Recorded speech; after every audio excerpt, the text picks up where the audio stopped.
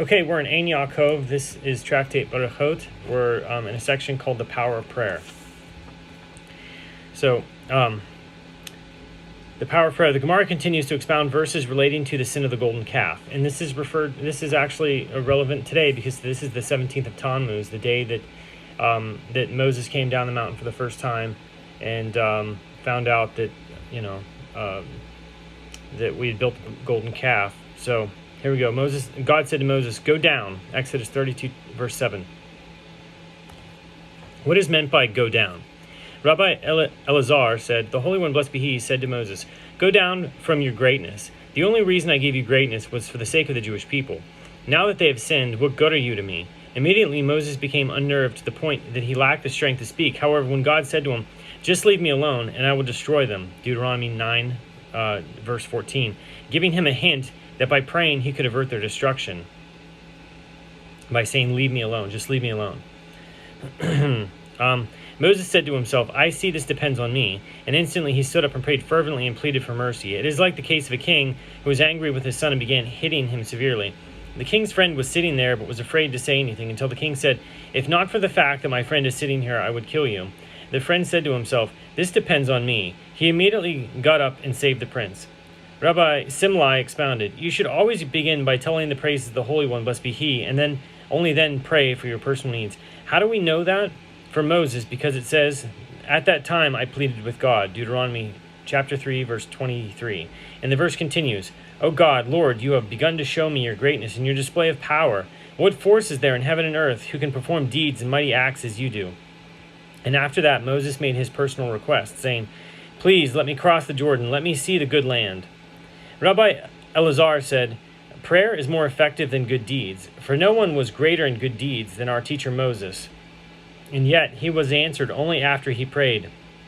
As it says, 'Do not speak to me anymore about entering Eretz Yisrael.' His good deeds did not help, but because of his prayer, God granted his request, at least partially. For it says immediately afterward, 'Climb to the top of Pisgah, and I will at least show you Eretz Yisrael.'" Oh, that's the connotation that he would show him Eretz Yisrael. That's not in the verse. Okay, Rabbi Elazar also said, "Prayer is more effective than sacrifices, for it says, 'What need have I of all your sacrifices?' As God says in Isaiah 1, verse 11. This is followed by, quote, 'And when you lift up your hands, etc., though you pray at length, I will not listen.' God says, 'I will not accept your sacrifices, and in addition, I will not even accept your prayer.' This shows that prayer is greater. If sacrifices were greater, God would not have to state that he will not accept their prayer." That's what Rashi teaches us.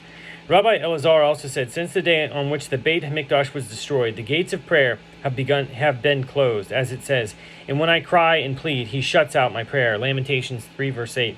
But although the gates of prayer are closed, the gates of tears are not closed, for it says, 'Hear my prayer, God. Give ear to my cry. Do not be silent to my tears.' Psalm 39, verse 13. But the tears are seen by God. You need to pray only that they should be accepted." Rabbi Elazar also said, "Since the day the Beit HaMikdash was destroyed, an iron wall separates Israel from their Father in heaven. For God said to Ezekiel, 'Then take an iron plate and place it as an iron partition between yourself and the city.' Ezekiel 4, verse 3.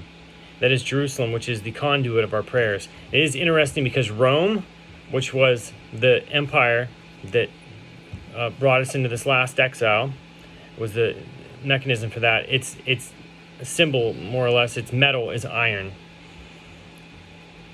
Rabbi Hanin said in the name of Rabbi Hanina, "If a person prays long, his prayers will not remain unfulfilled.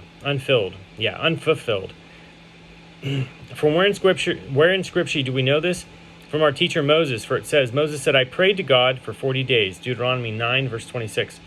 And it says, "But God also listened to me this time." It's verse 19. The Gemara asks, "Is that so?"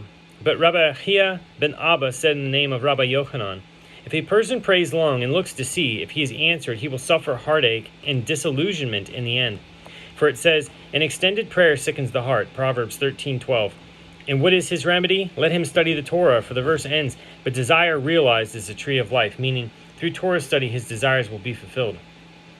And the tree of life means only the Torah, as it says, the Torah is a tree of life to those who grasp it, Proverbs 3:18.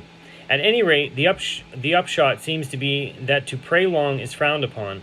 How can Rabbi Hanin say that the prayers of a person who prays long will be fulfilled?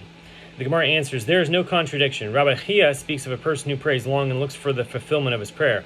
Rabbi Hanin, on the other hand, speaks of a person who prays long but does not demand an answer.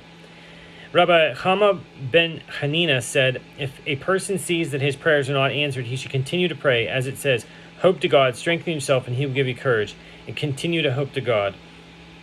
Even if you were not answered the first time, Psalm 27:14, and that's actually one of the last things that we say in our prayers during the morning Shachrit. Okay, thanks for watching.